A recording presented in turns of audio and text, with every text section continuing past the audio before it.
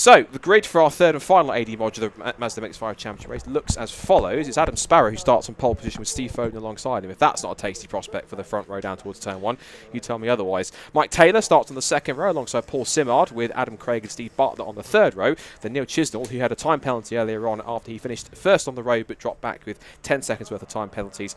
He's fourth on the fourth row of the grid alongside Paul Bateman. Then Jason Greatrex and Chris Wright round out the top 10, followed by Chris Thelwell and Peter Williams. Then it's Harry Storer, who had quite an eventful race earlier on, alongside Dennis Pillamonkin starting on the 7th row. Daniel Lengyel, and then crucially Luke Souch starting 16th, ahead of Charlie Snell 17th on the grid with Richard Bartlett alongside him. Top 20 completed by Joshua Pato and Tim Storer after he and Simon Privet came together on the first start on the pit straight, and it's Tim Storer starting 20th. Andrew Gilligan is 21st alongside David Scullett, then Dev Singal and Simon Privet after he climbed through the order, and then Ollie Walden came off the road up at, I think it was the old hairpin, in 25th position.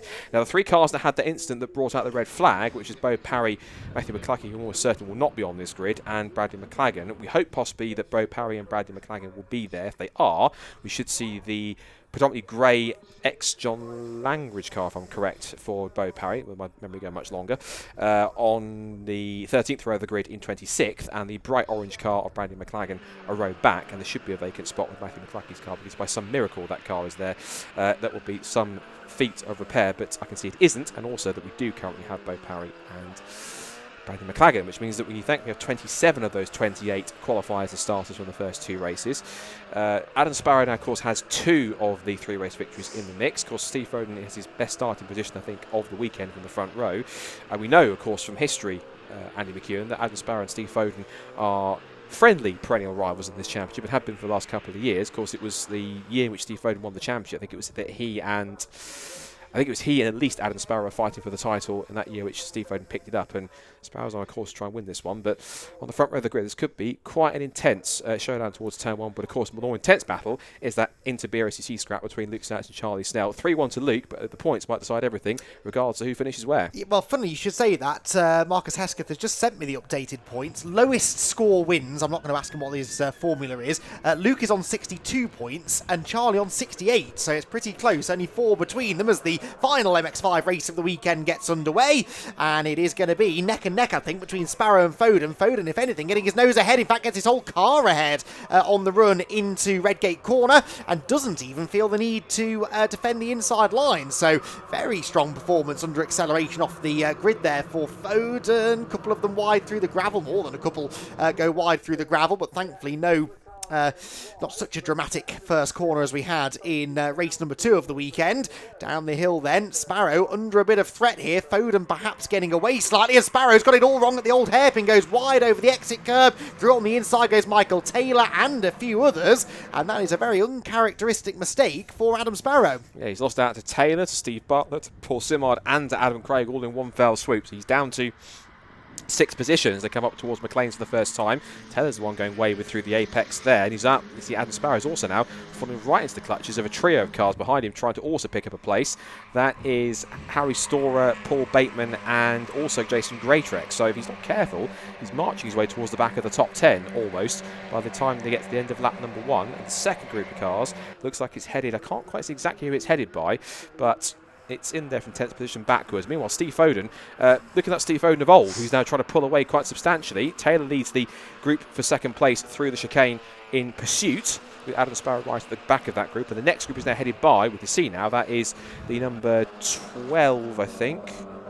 Or was it 17? One of the two. No, 121, which is Daniel Lengyel, and also in there 62, Chris Wright. So that's who's grabbing that next group for 10th and 11th, side by side for third, second place between Mike Taylor and Steve Bartlett, and Mike Taylor's the one that gets edged out over the AstroTurf. I can see also that Adam Craig and Neil Chisler are scuffling, as well. That's Adam Craig and Adam Sparrow's in there as well. He's picked up 1 place from Taylor's excursion exiting Redgate, a 2nd place getting past Adam Craig before they turn into the old hairpin, and they're all trying to get away from that 3-car group that's led by Paul Bateman for 7th, 8th and 9th. The rest of the pack goes streaming through line astern. Now what about the battle between Charlie and Luke. Now, Luke is 15th, and I would put Charlie roughly round about, where is he? 21st. Not a great start for Charlie. Being worked out wide, and working out wide there was, well, no choice. Steve Bartley, he was edged up by a sideways Paul Simard. They're all over each other. Looks like Sparrow's picked about 203 more spots in towards Coppice Corner. He's up to now, what's that, 3rd place now as he's gone through, from where he was 6th or 7th at one point. It's all pretty much kicking off, but as it does so, Steve Foden, looking like Steve Foden of old, out in front by, well, that ain't 1.4 seconds anymore. Well, no, that's a lot more than that, I would say, and it's very, very rare that you get a driver able to do this, isn't it? Get to the front of these Mazda MX-5 races and pull away, but it's the thing about Steve, isn't it? When he gets out in front, he is quite good at getting his head down, and on raw pace, he's often tough to beat. Yes, he's been helped by the fact they've been fighting behind, though, so we'll wait and see now whether Chisnell and Sparrow, who worked well together, remember, for much of the second race earlier on today, whether they can do the same now and start to bridge the gap to the leading car. Nearly 2.4 seconds the advantage for Foden at the end of lap number 2. Chisnell 2nd, Sparrow 3rd, Craig 4th, as there goes Luke Souch. So it's a point per position, basically. So whatever position they finish in, that's how many points they score, hence why lowest score wins. And so Charlie would have to beat Luke by 7 positions in this race, which I find unlikely. Someone off at the top of the hill, Scott. Ooh, yeah. Still someone having an off at the top of the hill. 178. Andrew Gilligan with the world's longest accident, which is still sort of going on as he rolls backwards down the hill, selects first gear and rejoins at the back of the pack. Good advert for AD Modular, though, was on the side of that car. So, been the title sponsor, but not quite the way you would have wanted to advertise it in that sense. Meanwhile, back towards the front, Steve Foden's gap is now 2.3 seconds at the line last time by, and there was a tight nose-to-tail scrap going on there between Neil Chisnell and Adam Sparrow for 2nd place, and Craig trying to go with them. The key thing is going to be is whether or not Foden keep this gap of 2.3 seconds, or whether there could be a temporary truce between Chisnell and Sparrow, which there seems to be. They seem to be working together as they were in race 2, but doing that for Chisnell's not going to help matters unless Sparrow gives him the physical push up the road, and it is working even though with that, because by 0.003 of a second Sparrow took the fastest lap of the race, and they're both lapping pretty similarly compared to a 124.0, 123.5 each for Chisnell and Sparrow. So they gained half a second, got the gap down to 1.9 as Mike Teller has a very tentative lean, sort of just expect tapping the rear bumper to see, let Paul Simard, he's there, and more than that, he's gone alongside him to practically force his way through to 4th, and it's brought Steve Bartlett with him. So position changes are plenty towards the front, but the key task now is the 15 minutes to go. How much ground and how quickly can Neil Chisnell and Adam Sparrow work together to reel in leader Steve Foden and make it a 3-car fight for the lead in a few laps' time? Yeah, there's something about these two drivers, isn't there, where Sparrow and Chisnell, they do seem to work very well together. Did so in that race earlier on, as I said, as there's a lunge to the inside from Steve Bartlett. And I think that's going to yield a position as he's given a bit of assistance from Paul Simard. That's Michael Taylor that they are battling, and Michael Taylor in the AB Motorsport car gets levered aside up at the top of the hill. And as often is the case in MX-5 racing, you get freight trained. You lose one position, you're probably going to lose 2 or 3, if not more. There is Steve Foden. Well, he's hoping that doesn't happen to him, but it's looking increasingly likely that he's going to have a fight on his hands here, because Chisnell and Sparrow are catching him.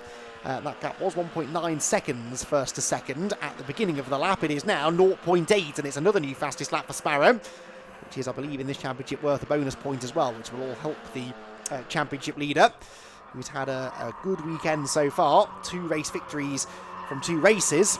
But is he now going to be able to claim the hat-trick to beat Steve Foden? Is going to take some doing, but they've definitely got the pace, those two. And they have been able to close up now to within slipstreaming range, more or less, of the race leader. There goes Luke Souch in the 291 car, turning his way through Redgate Corner. Luke in 18th position. Charlie Snell is now only a couple of positions behind him, but he's a couple of seconds behind him as well. So maybe Luke will just slow down a bit to give us a bit of entertainment, as if this race isn't going to be entertaining enough. I'm pretty sure it will be, but it could well be that those two still find themselves together before the end of the 20 minutes. You seriously suggest that Luke is going to slow down for Charlie? So no chance whatsoever. Well, no, maybe not for Charlie's benefit, but you know, Charlie's raw pace might carry him onto the tail of Luke by the end of the race. You never know. Absolutely, have to wait and see. That's a bit further back. There's Bo Parry, who at one point, particularly in Clubman circles, but also at some stages in the MX-5 Championship, was quite a front runner, but he's got some work to do to try and get a bit further up the order. He is currently now just got past Chris Thelwell. That will put him, but him and Dev Singal have moved up before them. Now then, It's on now because we said how long is it going to take them to catch Steve Foden. With the benefit of working together, not very long. It's now down towards the pit straight, 3 for the lead. The huge pack of 6 cars behind will scrap for 4th, but down towards Redgate for the 6th time of asking. Chisnell now deciding to prepare to put Foden under pressure. A little move under behind him on the run towards the braking zone, just to try and put himself a little bit in Foden's mirrors to try and distract him as they come through, out through Hollywood, down the Craner curves they'll go. I wonder how tempting Chisnell's going to be to try and send this one up the inside if he's close enough. A little twitch on the apex, but he might just hold back. He thought about it, just momentarily, just ever so slightly, just peeked out to have a look and put himself into Foden's mirrors to try and distract him a little bit. Sparrow still keeping both of them honest as they come through Starkeys, up through Schwantz curve and looking up the outside for Schwantz, which are given the inside for McLean's, or the inside for Schwantz, outside for McLean's if I go the other way around. And he's not giving it up. He's going around the outside of McLean's corner. He'll be there for Coppice, and here comes Sparrow trying to follow him through. He's got a blockade in front of him here as Foden goes back to try and reclaim his pace at the apex of the next right-hander. It opens the door up now for Adam Sparrow. I think the truce is well and truly gone. He might go for the 2 being 1 if Foden's not careful, and neither is Chisnell. Now Foden chooses which his drafting partner is going to be. He goes for Sparrow because he knows he has to defend the inside from Chisnell, who will still keep coming. Tries to look on the outside and brake later. They all slot back into line before they turn into the apex of the corner. It's back as they were before a lap ago, but this battle with 11.5 minutes to go is just hearting up a little bit, but there's arms out of the cockpit, but what for? Yellow flag I think I spotted down at Redgate, but I'm not entirely sure what for. There's a green flag showing on the timing screen. Do we have flags in the marshal's post? That was all a bit bizarre, wasn't it? Something strange going on coming out of the final chicane. Anyway, no interruption to the race. The safety car's not coming out, and I don't see any yellow flags at Redgate corner, so a bit of a mystery as to what that was. No, there we go. They might have been recovering a car or something, maybe, because they were closing the gate up at Redgate that is used to access the paddock, but no one appears to have stopped.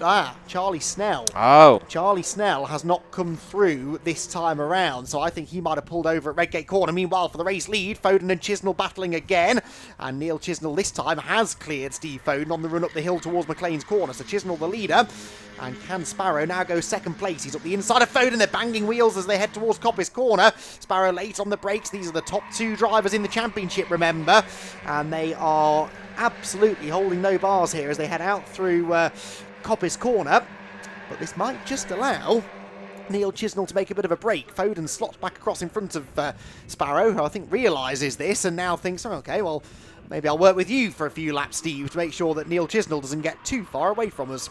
If they're not careful, they can continue scrapping. They can also see in their mirrors that next group of 4 cars has broken away from the trio that was catching them, which is Greytrex, Bateman and Harry Storer. They might start to get closer if they're not too careful. Chisnell now, of course, enjoying his new lead as they come into Redgate for the 8th time. 7 laps in the books.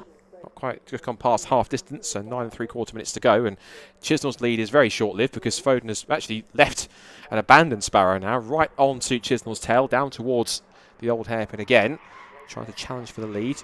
Sparrow hasn't taken a turn in the lead yet, and if he's not careful, if he doesn't keep up with the top 2, he will start to fall backwards further away towards the next group behind him, which is headed by Simard, Taylor, Bartlett and co.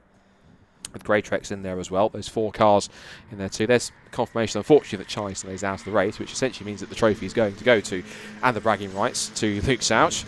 I'm sure that Charlie won't hear the end of that in the office tomorrow morning. None of us will. None of us will at all. None of us will. That will be all over social media as well, I guarantee. And Charlie will probably guarantee that he was robbed, but debatable. Now back towards the leaders, onto our race here for trophy that's actually going for the fastest drivers in the field, in the mix. Politely.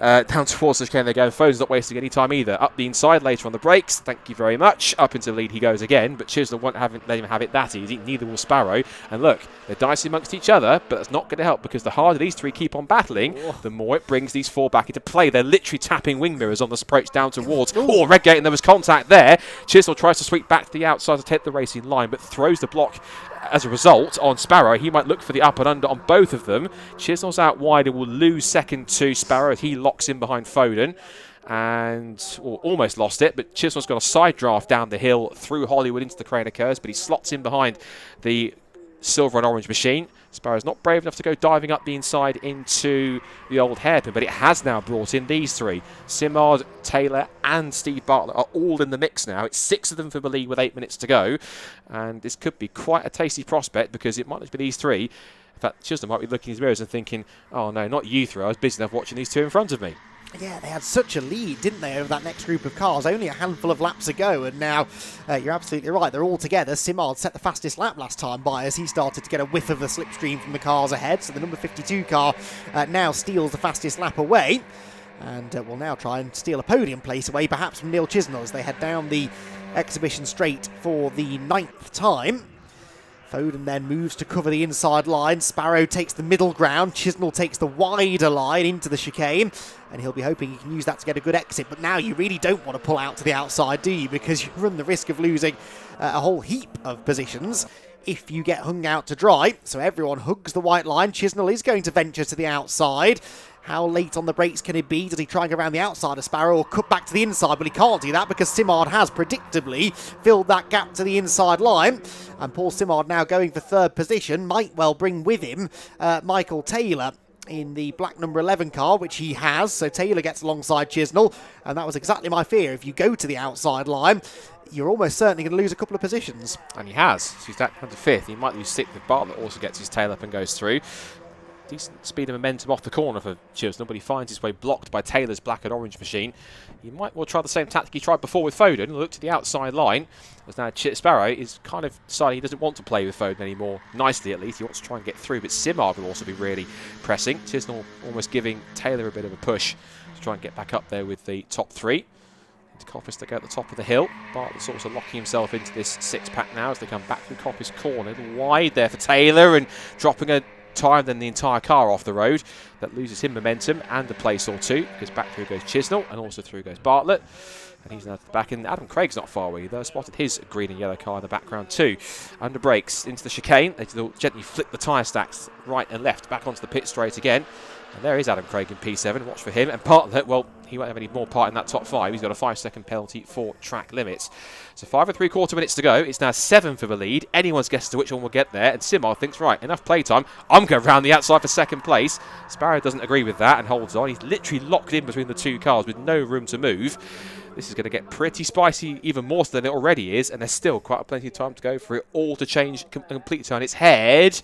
As I say that, Neil Chisnell, who again has had a bit of deja vu because he has a 5-second penalty, so regardless of what he does in this league group, he ain't winning this race either. No, well, what he is doing is distracting Paul Simard slightly and then delaying Steve Bartlett, who already has a 5-second penalty as well. So Foden, Sparrow and Simard, they're in the fight, but the two cars directly behind them, they're not really with those 5-second track limit penalties. Up through McLean, Sparrow gets a bit sideways. Chisnell and Bartlett busy battling each other now, actually. And Michael Taylor could do with getting past them because he hasn't got a penalty yet and would quite like to get on terms with the leading trio. There's nowhere to go, though. A track full of Mazda MX-5s in front of him. As the green example of Steve Bartlett, the blue one of Neil Chisnell, go wheel to wheel. I think Taylor's going to go with Bartlett here on the inside, try and push him through and maybe follow him through on the inside line into the chicane.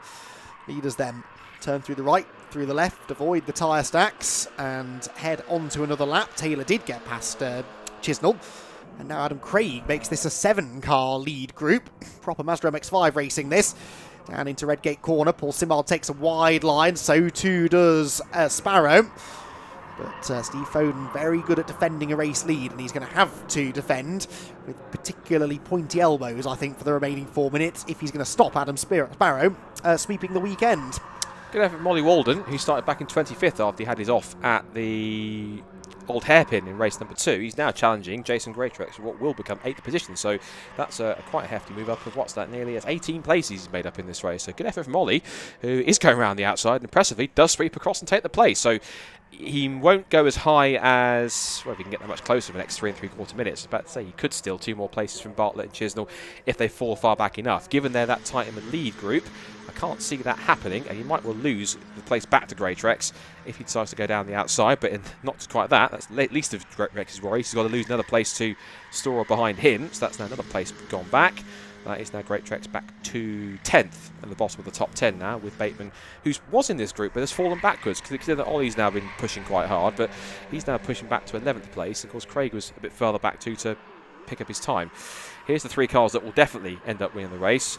Has Chisnell disappeared? Oh, there he is. He's right at the back of the field. I wonder where he gone, because he wasn't in the same spot. But he is now in 7th place and fairly out of contention for this race victory now, as is Bartlett, ironically, even though he is going with the top 4 down towards the red gate. Simar taking that wider approach. He wants the up and under, but Sparrow and Foden are wise to it, and they hold their ground on the exit of the corner. Wide from Sparrow, but it's not enough momentum lost to not take 2nd place. And as they come back down the hill, Bartlett will end up being, politely, a bit of a nuisance here, given that he has got the 5-second penalty. He'll just want someone to distract them. As I talk about Ollie Walden, he gets a 5-second penalty also, so he's not going to go any higher than where he is either. But he might even lose the 2 places he just picked up as a result from Great Rex and Storer. So a few more drivers getting penalties for track limits. Now it's side by side for the lead, and Sparrow I think he's trying to get the victory here if he can, to go all 3 for 3 if possible. But Foden standing his ground, and Simard thinks I might have a piece of this too. Yep, so Sparrow to the outside through McLean's. Is he going to get the lead away up towards Coppice corner? No, in fact, he gets shuffled out. So again, it's so tempting to go to the outside, isn't it, when the cars ahead are sort of defending, slowing each other down through the corners, but you just leave yourself open to attack, and that's exactly what happened to Sparrow there. So Simard now moves through into 2nd position. And we'll see what happens now over the final couple of laps of racing. Down the exhibition straight we go. And this is a battle going on a bit further back. The leaders are across the line. Oh, Michael Taylor's got a penalty. They've almost all got a 5-second penalty now, haven't they? Foden, Simard and Sparrow, the only 3 in this leading group of 7 cars that haven't picked up time penalties. Here at Donington Park, track limit's often a talking point, and Steve Foden was wide there out of Redgate. Has that opened the door for Paul Simard? It has. So just under 2 laps to go, and it's side by side for the lead. Paul Simard bullies his way through. Bartlett's there in 3rd on the road, but remember, does have a penalty to be applied, and he's no longer 3rd. In fact, Sparrow gets to the inside of him at the old hairpin. Simard gets the lead, but he's sideways, bounces off the nose of Foden's car, and that could open the door for Sparrow, who gets alongside Foden through Starkeys to the outside line towards McLean's corner. Simard doesn't know which way to go here. He's trying to defend from 6 other drivers, and they're going to go either side of him. Nearly just about got in front of Foden, but Sparrow hangs it out around the outside line. Now, this didn't work for you a lap ago, Adam. Is you're going to have any better fortunes this time, I wonder? Answer, no.